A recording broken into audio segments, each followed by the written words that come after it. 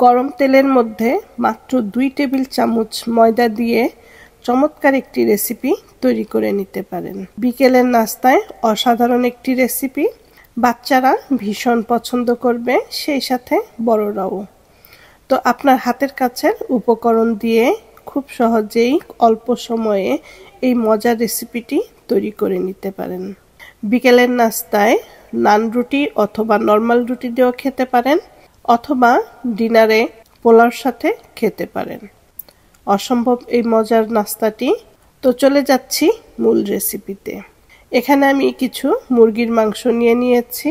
তো মুরগির যে কোনো অংশের মাংস নিতে পারেন, অথবা পুরো মুরগিটাই নিতে পারেন। তো মাংসগুলো আমি বেশি বড় করেও কাটিনি, আবার বেশি ছোট করেও কাটিনি, মিডিয়াম করে কেটে নিয়েছি এবং মাংসটা ধুয়ে পানি ঝরিয়ে নিয়েছি। তো এখন এর মধ্যে দিয়ে দিলাম আধা চা চামচ আদার পেস্ট এবং আধা চা চামচ রসুনের পেস্ট। দিয়ে দিচ্ছি 1 টেবিল চামচ সয়া সস। আর এখানে আমি কোনো লবণ ইউজ করছি না, কারণ লবণটা দিলেই দেখা যাবে মুরগির মাংসের থেকে পানিটা বের হওয়া শুরু হয়েছে। আর সয়া সস দিলে লবণ দেওয়ার কোনো দরকারই হয় না। তো এই মশলাগুলো দিয়ে মাংসটা ভালো করে মেখে নিব। মেখে 30 মিনিটের মতন ম্যারিনেট করে নিব। আপনার হাতে যদি সময় কম থাকে তাহলে 10 থেকে 15 মিনিট ম্যারিনেট করে নিতে পারেন। এদিকে চুলায় বসিয়ে দিলাম তেল, আর তেলটা গরম হয়ে গেলে এর মধ্যে দিয়ে দিব 2 টেবিল চামচ ময়দা। তো ময়দাটা দিয়ে একটু নেড়েচেড়ে ভালো করে তেলের সাথে মিশিয়ে নিব। মিশিয়ে নেওয়ার পরে ম্যারিনেট করা মাংসটা এই তেলের মধ্যে দিয়ে ভেজে নিব। আর মাংসটা দেওয়ার পরে বেশি নাড়াচাড়া করার দরকার নেই, শুধু 2-1 বার নেড়েচেড়ে দিলেই হবে। কারণ বেশি যদি নাড়াচাড়া করেন তবে মাংসের গায়ে যে একটি ময়দার প্রলেপ হবে সেটা ভালো মতন হবে না। তো এজন্য বেশি নাড়াচাড়া করার দরকার নেই, শুধু 2-1 বার উল্টে পাল্টে দিলেই হবে। তো এই তেলের মধ্যে মুরগিটা ভালো করে ভেজে নিতে হবে, যেন মুরগিটা কাঁচা না থাকে। তো 10 থেকে 15 মিনিট আমি মুরগিটা ভেজে নিলাম। ভেজে এখন তেল ছেঁকে ছেঁকে মাংসগুলো তুলে নিব। আর এই তেলটা ফেলে দেওয়ার দরকার নেই। এই তেলটা আপনি অন্য মুরগি রান্না করার সময় এই তেলটা ইউজ করতে পারেন। তো তেল ছেঁকে ছেঁকে সবগুলো মাংস তুলে নিলাম এবং এরপরে চুলায় আরেকটি প্যান বসিয়ে দিলাম। আর এর মধ্যে 2 থেকে 3 টেবিল চামচ রান্নার তেল দিয়ে দিলাম। তো এরপরে দিয়ে দিচ্ছি রসুন কুচি। এখানে 6-7 কোয়া রসুন নিয়েছি। তো রসুনটা কুচি করে এখন এই তেলের মধ্যে দিয়ে ব্রাউন করে ভেজে নিব।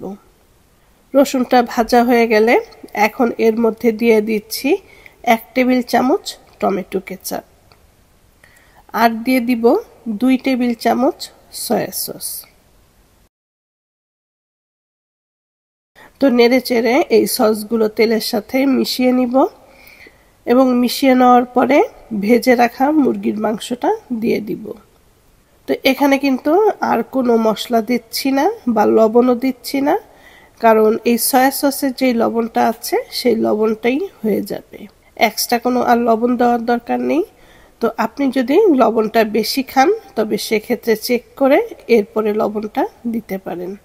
তো এই মশলার মধ্যে 2-1 মিনিট মুরগিটা নেড়েচেড়ে রান্না করে নিব এবং এরপরে দিয়ে দিচ্ছি সামান্য একটু গোলমরিচের পাউডার। আর দিয়ে দিচ্ছি 1 চা চামচ সাদা তিল। তো তিলটা যদি কেউ পছন্দ না করেন তবে স্কিপ করতে পারেন, আর যারা পছন্দ করেন তারা 1 চামচের কম বেশি দিয়ে দিতে পারেন। তো তিলটা দেওয়ার পরে আবারও একটু নেড়েচেড়ে মিশিয়ে নিচ্ছি। আর এই তো হয়ে গেল আজকের মজাদার একটি নাস্তা। তো এখন এটা আমি পরিবেশন করে দেখাচ্ছি। অসম্ভব এই মজার নাস্তাটি যাকে খাওয়াবেন সে প্রশংসা না করে পারবেই না।